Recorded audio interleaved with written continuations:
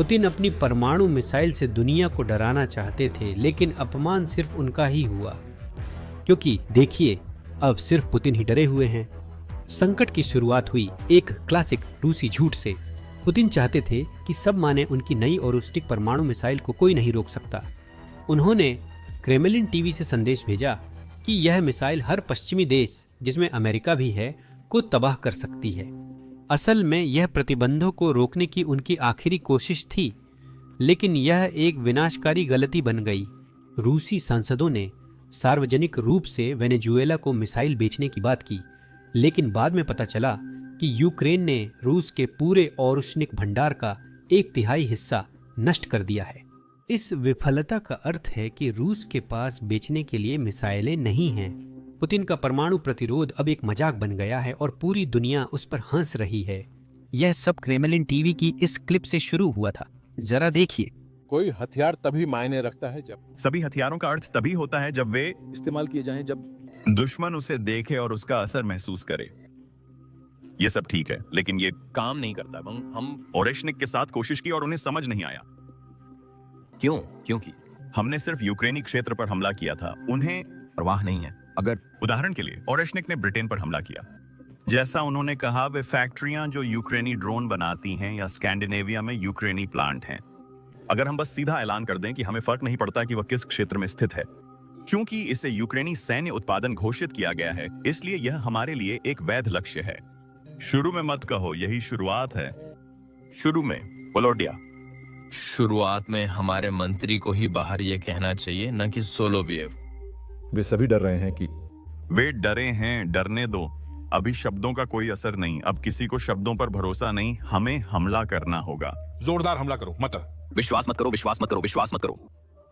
इस रूसी तर्क के अनुसार यूक्रेन को पूरा अधिकार होना चाहिए कि वह रूस के अंदर उन फैक्ट्रियों पर हमला करे जो सेना के लिए हथियार बना रही हैं, और इसके अलावा यूक्रेन को चीन, उत्तर कोरिया और ईरान में भी फैक्ट्रियों पर हमला करने की अनुमति मिलनी चाहिए। लेकिन किसी कारणवश जब आप रूसी तर्क का इस्तेमाल रूस के खिलाफ करने लगते हैं तो प्रचारक बहुत गुस्सा हो जाते हैं।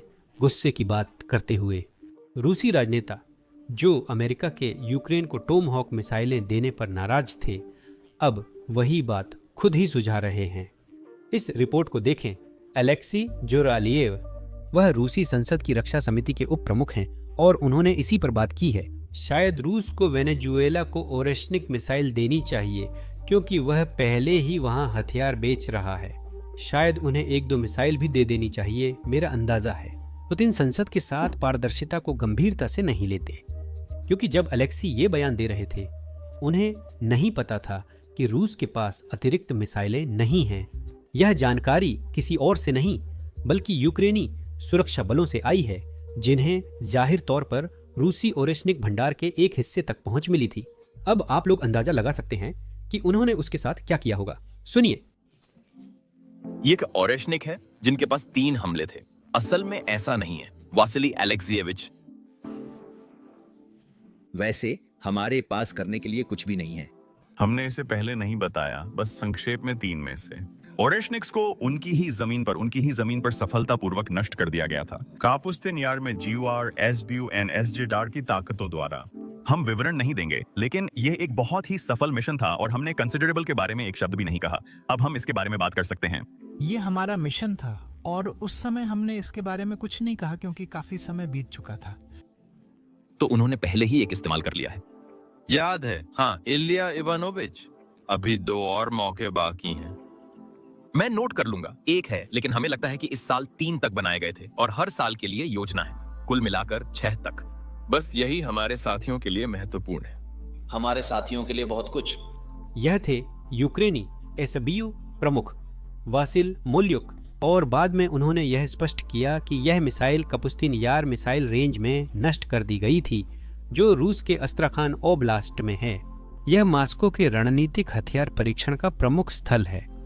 हमारे लिए सौभाग्य है कि हमें इसका स्थान पता है, जिससे सैटेलाइट इमेजरी देखकर हम हमले का समय और नुकसान जान सकते हैं।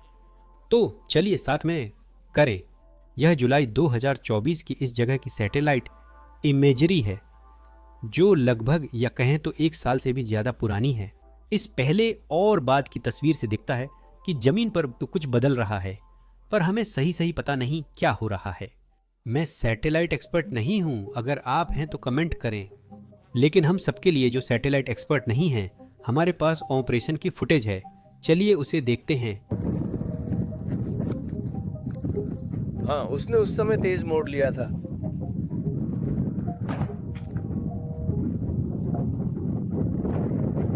वो यहाँ कहीं जा रहा है, मुझे लगता है वो सेक्स करने जा रहा है।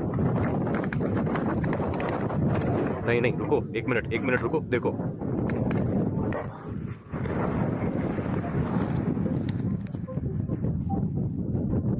अब साफ तौर पर एक परमाणु मिसाइल खो देना बहुत बुरा है, खासकर जब आपने पूरी दुनिया को अभी अभी बताया है कि यह मानव जाति द्वारा बनाई गई सबसे अजेय हथियार है। अगर मैं कहूं कि यहाँ हालात और खराब होंगे, क्योंकि देखिए, रूस के पास ऐसी सिर्फ 3 मिसाइलें थीं और यूक्रेन ने उनमें से एक को लॉन्च पैड से उड़ान भरने से पहले ही नष्ट कर दिया। अगर मेरी गणित सही है तो रूस के पास अब 2 बची हैं। नवंबर में उन्होंने एक का इस्तेमाल किया, जब अमेरिका ने यूक्रेन को रूस में पश्चिमी मिसाइलें इस्तेमाल करने की इजाज़त दी थी। यह रूस की बड़ी चेतावनी थी कि ओरेशनिक को रोका नहीं जा सकता। इसका मतलब है कि अब रूस के पास सिर्फ एक ही बचा है और वह बेलारूस में रखा है, क्योंकि पुतिन अपना परमाणु सुरक्षा कवच बढ़ाना चाहते थे। रूसी राजनेता वेनेजुएला को मिसाइलें बेचने की बात कर रहे हैं, जबकि रूस के पास अब मिसाइलें नहीं बची और उन्होंने इसकी कुछ हद तक पुष्टि की है। कल पुतिन ने सार्वजनिक रूप से कहा कि रूस इस साल के अंत तक ओरेशनिक मिसाइलों का निर्माण शुरू करेगा। इसका मतलब है कि उनके पास अभी कोई अतिरिक्त मिसाइलें नहीं हैं जो वे दूसरे देशों को दे सकें। जहां रूसी हथियार फेल हो रहे हैं, वहीं यूक्रेन अपने ड्रोन में नवाचार कर रहा है और वे रूसी मिसाइलों से बेहतर तरीके से लक्ष्य भेद रहे हैं। यही वह जगह है जहां मैं कुछ ऐसा कहना चाहता हूं जो मैंने कभी नहीं सोचा था। देखिए, मुझे नहीं पता कि यूक्रेन पुतिन जितना कुछ हासिल कर पाएगा या नहीं। सोचिए, पुतिन ने कितनी रूसी परमाणु साइटें नष्ट की हैं? 2। और यूक्रेन ने कितनी नष्ट की हैं? 0। स्कोरबोर्ड से साफ है कि कौन जीत रहा है। पुतिन का सबसे बड़ा दुश्मन खुद पुतिन ही है। लेकिन आप जानते हैं, जैसा कहते हैं, मेरे दुश्मन का दुश्मन मेरा दोस्त होता है।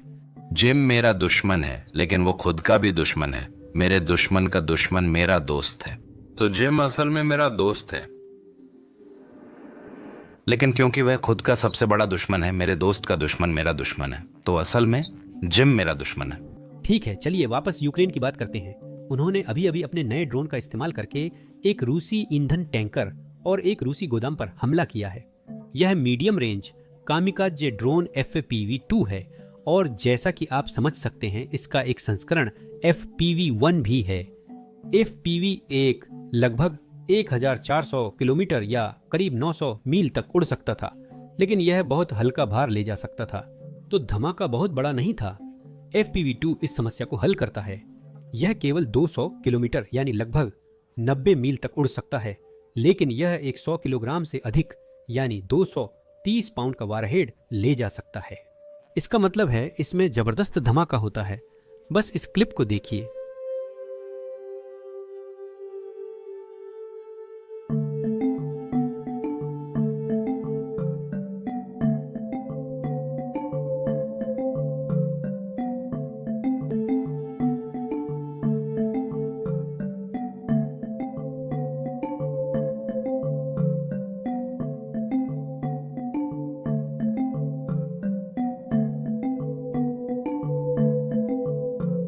यह ड्रोन, जिसकी कीमत लगभग अमेरिकी डॉलर 50,000 है, और दूसरी तरफ एक रूसी ईंधन ट्रेन की कीमत कहीं भी $1 मिलियन से लेकर $10 मिलियन तक हो सकती है, और इसमें ट्रेन के अंदर मौजूद तेल की कीमत भी शामिल नहीं है।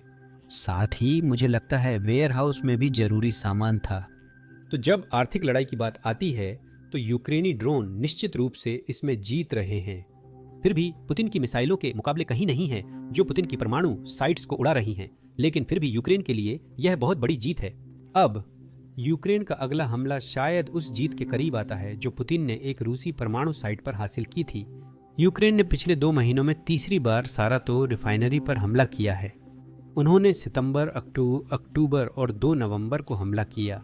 अब हालिया हमलों का सबसे अच्छा हिस्सा यही रहा है। इनमें से कई रिफाइनरियों, जिसमें वह भी शामिल है जिसके बारे में हम बात कर रहे हैं, को एंटी ड्रोन जाल से ढका गया है। और इसके बावजूद हर हमले के बाद हम रिफाइनरियों से आग की लपटें निकलती देख रहे हैं, या फिर पुतिन के अनुसार हर मलबे के बाद। मुझे समझ नहीं आता कि वे ड्रोन जाल पर पैसा क्यों खर्च कर रहे हैं जब ड्रोन फिर भी अंदर आ रहे हैं। कम से कम लगता है वे खुद को व्यस्त रखते हैं। अब की बार हमारे पास असल में एक रूसी बच्चे की फुटेज है जिसने इस पूरे मामले पर रिपोर्टिंग की जैसे वह कोई रिपोर्टर हो। तो सुनिए। हम यहाँ फंस गए हैं। हम खुद को बंद कर रहे हैं, आप यकीन नहीं करेंगे। सोने जाओ, अगर कुछ होता है तो हम तुम्हें बुला लेंगे। इसमें आग लगी है, पूरा सारा तोफ दिख रहा है। क्वालिटी के लिए माफ कीजिए। हम दूसरे माले पर हैं, मैं उसके घर स्लीप ओवर पर हूं। हम देख रहे हैं। हमने देखा बहुत तेज आवाजें आ रही थीं और हम डर गए हैं। बच्चों को फोन से दूर रहना चाहिए और इससे फर्क नहीं पड़ता कि वे किस देश में रहते हैं। उसने बिना किसी वजह के किसी अजनबी टेलीग्राम चैट में अपना पूरा पता बता दिया। अब रिफाइनरी पर वापस आते हैं। इन हमलों के रूसी अर्थव्यवस्था के लिए इतने विनाशकारी होने का एक कारण यह है कि रूस के पास रिफाइनरी की मरम्मत के लिए जरूरी पुर्जे सचमुच खत्म होते जा रहे हैं। जैसा मैंने पिछले वीडियो में कहा था, रिफाइनरी तब बनी थी जब रूस पड़ोसियों पर हमला नहीं कर रहा था। इसका मतलब है कि रूस इन रिफाइनरियों को बनाने के लिए पश्चिमी कंपनियों और पश्चिमी पुर्जों का इस्तेमाल कर सकता था। लेकिन अब जब रूस दुनिया का सबसे अधिक प्रतिबंधित देश है, तो पुतिन उन रिफाइनरियों के लिए वे पुर्जे नहीं ला सकते जिन्हें उन्होंने बनाया था जब सब कुछ शांत था। और इसका मतलब है धीरे धीरे हर एक हमले के साथ, भले ही ये ड्रोन हमले क्षेत्रफल के हिसाब से बहुत बड़े नहीं हैं, रूसी रिफाइनरियां खराब हो रही हैं। और इसके पीछे कारण यह है कि रूस के पास उन्हें बनाए रखने की क्षमता नहीं है। और यह सिर्फ पश्चिमी मीडिया की रिपोर्ट नहीं है, यह ऐसी बात है जिसे रूसी टीवी, क्रेमलिन टीवी पर लोग भी बहुत खुले तौर पर चर्चा कर रहे हैं। वे कह रहे हैं कि रूस अब भी उन चीजों को बनाना नहीं सीख पाया है जो प्रतिबंधों के कारण मिल नहीं रही। सुनिए। मुझे लगता है कि इस दिशा में सफलताओं के बावजूद हम बहुत कुछ मुझे लगता है कि सारी सफलताओं के बावजूद हमने इस क्षेत्र में अभी भी पर्याप्त काम नहीं किया है। पिछले 4 वर्षों में आयात प्रतिस्थापन कई मायनों में हमारे लिए बस लगातार खरीदने में बदल गया है। लेकिन मुझे नहीं पता कहां या कैसे। उदाहरण के लिए मेरी अपनी इंडस्ट्री में उसमें कुछ भी घरेलू नहीं है और 4 सालों में कुछ भी नया नहीं आया है। कुछ नहीं, ये आप देख सकते हैं। और असल में मेरी इंडस्ट्री वैसे ही जैसे आपकी आज के समय में सबसे अहम इंडस्ट्रीज में से एक है। ये कैमरे साउंड लाइटिंग है। आप समझ रहे हैं? कैमरे साउंड लाइट। तो शायद करोड़ों यूरो खर्च करने के बजाय फुटबॉल खिलाड़ियों को खरीदने के लिए, और वो भी रोनाल्डो या मेसी जैसे टॉप खिलाड़ी नहीं बल्कि दूसरे या तीसरे दर्जे के खिलाड़ी, शायद वो पैसा हमें अपनी खुद की विज्ञान, अपनी खुद की रिसर्च और डेवलपमेंट में निवेश करना चाहिए और उन लोगों का समर्थन करना जो कुछ नया बनाने की कोशिश कर रहे हैं। विकास, उन लोगों की मदद करने के लिए जो। अब वह टिप्पणी साझा करने का सही मौका है जो मैंने कुछ दिन पहले हमारे वीडियो में देखी थी। अगर क्रेमलिन टीवी यह बता रहा है कि हालात कितने खराब हैं, तो सोचिए असलियत क्या होगी। इसीलिए हम ये वीडियो बनाते हैं ताकि रूस यूक्रेन युद्ध की सच्चाई आपसे साझा कर सकें। दुर्भाग्यवश, जैसा आप में से कई जानते हैं, युद्ध यूट्यूब पर बहुत दोस्ताना विषय नहीं है। अक्सर हमारे वीडियो डिमोनेटाइज या प्रतिबंधित हो जाते हैं क्योंकि यूट्यूब को फ्रंटलाइन की क्लिप्स विज्ञापनदाताओं के लिए उपयुक्त नहीं लगती।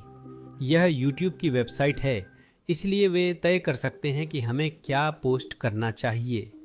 इसी वजह से हमने अपना प्लेटफॉर्म बेसिक्स इनसाइडर लॉन्च किया। हमने इसे दुनिया भर में हो रही घटनाओं की गहराई से बिना सेंसर की गई कवरेज के लिए बनाया है। यहाँ आपको हमारे वीडियो के विस्तारित वर्जन और ओरिजिनल डॉक्यूमेंट्रीज मिलेंगी जो यूट्यूब पर चर्चा से भी आगे हैं। और इसके अलावा मेरा पसंदीदा हिस्सा, हमारे पास विशेषज्ञ हैं, अनुभवी दिग्गज जैसे पूर्व नेवी सील चक फर्र, जो नियमित रूप से आते हैं और हमें असली युद्ध क्षेत्र के क्लिप्स को समझने में मदद करते हैं। ये क्लिप्स यूट्यूब पर नहीं दिखा सकते, लेकिन यही हमारी दुनिया की हकीकत है। आजकल की जंगें ऐसे ही लड़ी जाती हैं। मैं मानता हूं कि हम सभी के लिए ये जानना जरूरी है कि क्या और कैसे हो रहा है। इसीलिए हम ये वीडियो बना रहे हैं और अपने प्लेटफॉर्म पर डाल रहे हैं ताकि सेंसर न करना पड़े। और जब मैं ये कहता हूं तो सच में दिल से कहता हूं कि मेरे लिए भी ये युद्ध क्षेत्र की व्याख्याएं वाकई में बहुत बहुत शिक्षाप्रद रही हैं और मुझे उम्मीद है कि आप में से जो भी लोग हमारे साथ वहां जुड़ते हैं वे भी ऐसा ही महसूस करते हैं। तो अगर आप उन लोगों में से हैं जिन्हें इस तरह की सामग्री में रुचि है तो आप अभी basicsinsider.com पर जाकर साइन अप कर सकते हैं, या आप विवरण में दिए गए लिंक पर क्लिक कर सकते हैं, या बस अपनी स्क्रीन पर दिख रहे QR कोड को स्कैन कर सकते हैं। आपको वह शानदार सामग्री मिलेगी जो हमने पहले ही बना ली है, और इसके अलावा हम हर हफ्ते नई सामग्री बनाते रहेंगे। अंत में अगर आप सदस्य बनते हैं तो आप हमारे चैनल का समर्थन करेंगे और हमारी कवरेज का भी समर्थन करेंगे। तो आपका बहुत बहुत धन्यवाद। मेरा नाम सैम है, अगले अपडेट में मिलूंगा।